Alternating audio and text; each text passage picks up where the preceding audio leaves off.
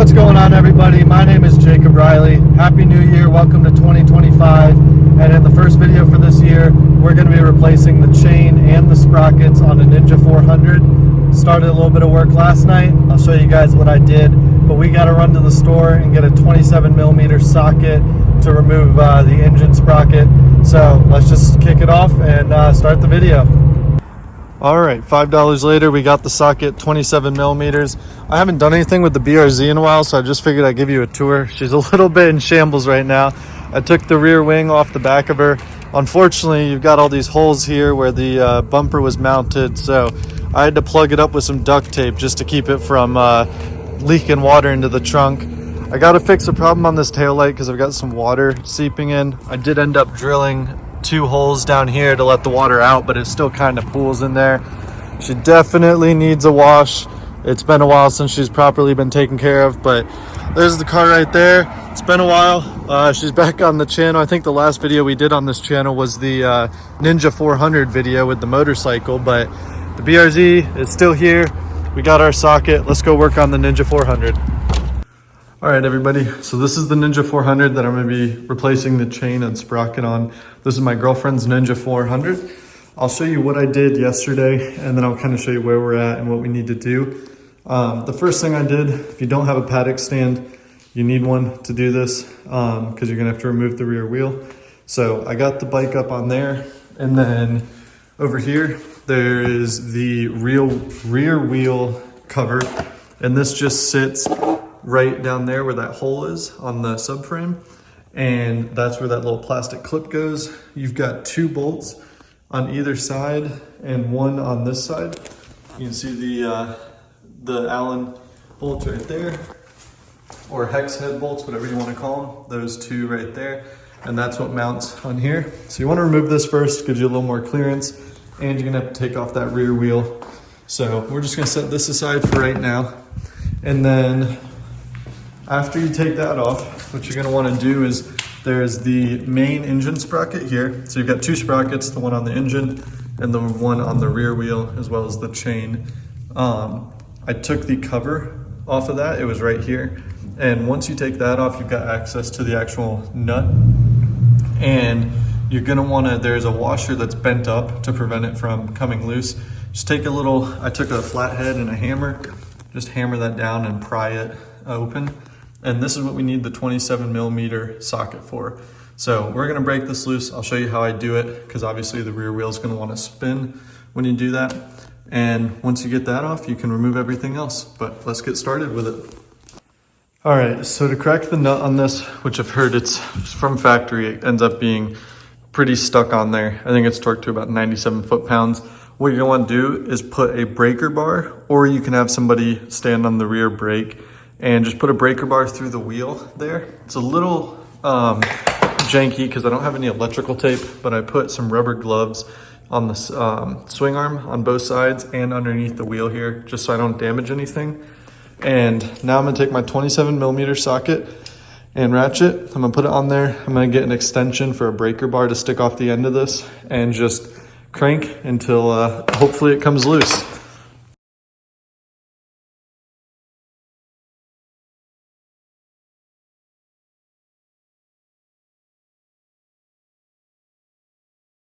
All right, so as you probably could have noticed from that time lapse here, I cannot break that loose.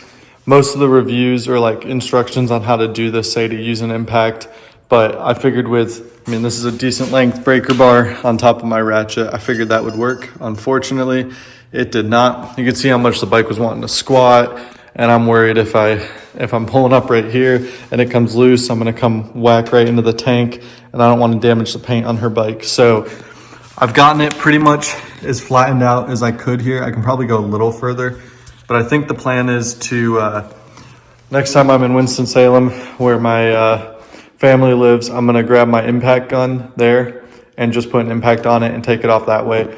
Still keep the breaker bar in here, but maybe I'll find a solution to this. But everyone that says use a breaker bar, I mean, you're probably gonna want a breaker bar that sticks out to like right here and get as much torque as possible, because I could not break that loose. And you have just pretty little movement on this side with the plastics because of how far in that nut is.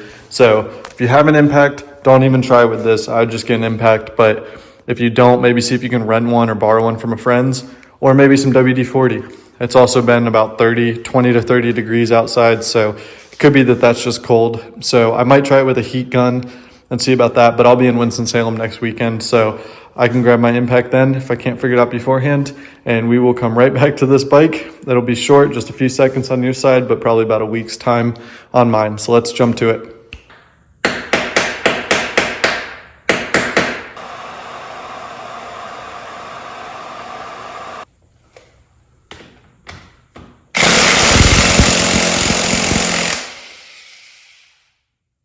Yes, we got it off. That took a lot of heating up and banging the washer to flatten it even more. You probably, that's hot. You probably saw that in the first couple clips, I was hammering the washer that was on here. I'll show you guys what I was talking about. So this washer right here, it actually has, it's bent up a little bit. I think there was a clip in the beginning of the video showing that, and it's just to prevent the nut from coming off. You can reuse those. I think maybe one other time. You might be able to use it a total of 3 times, but I'm gonna reuse it on this install, and if we ever do it again on this bike, I'll probably get a new one of those. But like I said, it's just to prevent that nut from coming loose. But yeah, some good old heat gun and an impact, and that came right off. So we got it off. We're gonna continue with the rest of the install. All right, so now that we have the Dremel, we're just gonna Dremel down these rivets here until we can push it out with the brake tool that we have right here. So we'll get to doing that, and hopefully we'll have the new chain on soon.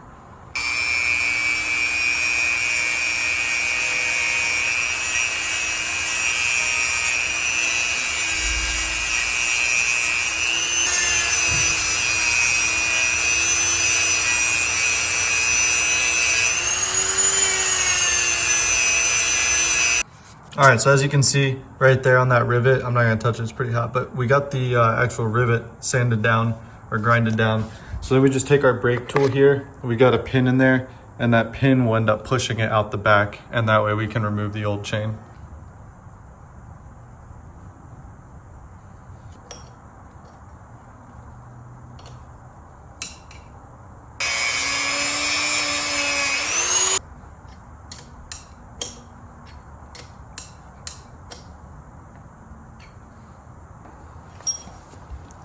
All right, and just like that, we got the pin out right there. So I'm just gonna grab it from the other side, and then from there, we'll be able to remove the old chain, and then we can get the wheel off and change the sprockets out.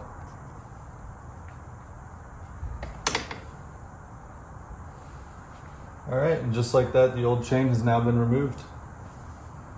All right, and as you can see, we got the old chain right here. This is, it's not in the best condition. You can see it pretty much, you can shape it to however you want, and it pretty much wants to hold that form.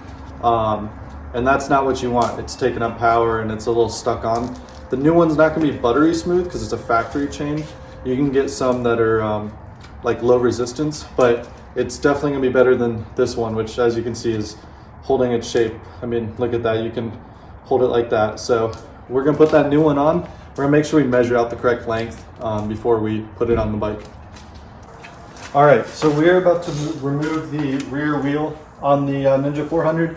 Now these are not exact socket sizes because I don't have the exact metric ones, but the smaller one over here takes a 17 mil, and over there I'm using a 15/16 socket. It fits snug enough that we'll be able to get this off. Now, what I will say, probably would have been smarter to do this while I still had the chain on, at least loosen this, but nevertheless, we'll still be able to do it if not have an impact. There is a cotter pin on that side that you need to remove before you can actually get the nut off. So I removed that, and now we're just gonna remove the rear wheel.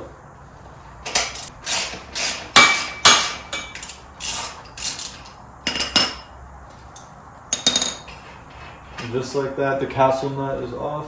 Make sure you keep that washer that goes with it.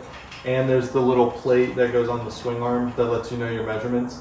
So it looks like that. So I'm just gonna stack those over here for right now. Do the same on this side, but You want to apply a little bit of pressure upwards as you pull the pin out.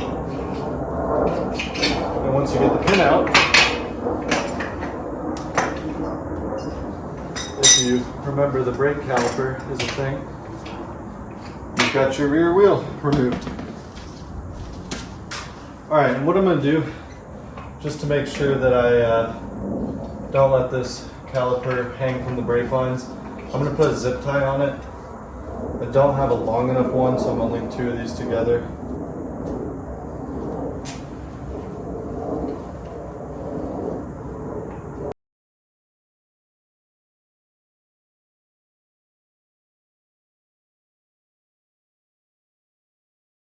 You can see we've got the old sprocket removed here. You can see how dirty it is around there. It's actually pretty sticky to the touch. I can stick this from the side of it right there. That'll just happen over time if you're not cleaning your chain. But we've got the new one right here. We'll just line that up and slot it on. And then they sent me all new nuts, so we're gonna replace those and we're gonna torque those to spec. So I'm gonna grab the torque wrench and get those on. All right, so I just spent the last probably 15 minutes trying to find the torque spec for these nuts right here. And I finally found it. So to save you the trouble if you're watching this video to learn, you're gonna wanna go to 44 foot-pounds on each of those. So we're gonna set this to 44. It's set, make sure we're tightening. And then we're just gonna tighten these down. It's important, I'm actually gonna do this first with this until they get tight. It's important to do these like you're doing lug nuts on a car. You want to tighten one up a little bit and then go around and do the next one. And then you can torque them all down. These are locking nuts, so they need to be replaced after you use them. They're no good to reuse the original ones. So we'll get these tight on here. Just hand or tool tight, basically until it catches right there. I'm not putting any leverage on it, grabbing the socket pretty far up here. But set it, go until it makes that pop, then you're good. But I'm not gonna crisscross, I'm just checking them. All right, so once you do that, as you'll see, we have the new sprocket on and installed and torqued to spec. It's very important that you torque them to spec. You can read about how that works, but make sure you torque them down, get a high quality torque wrench. Now we got that, we're gonna work on the front sprocket and replacing that. So it's important when you put the new engine sprocket on that you put it the correct direction. There's 2 different sides of the sprocket here, and I just matched up what it looked like on there versus here.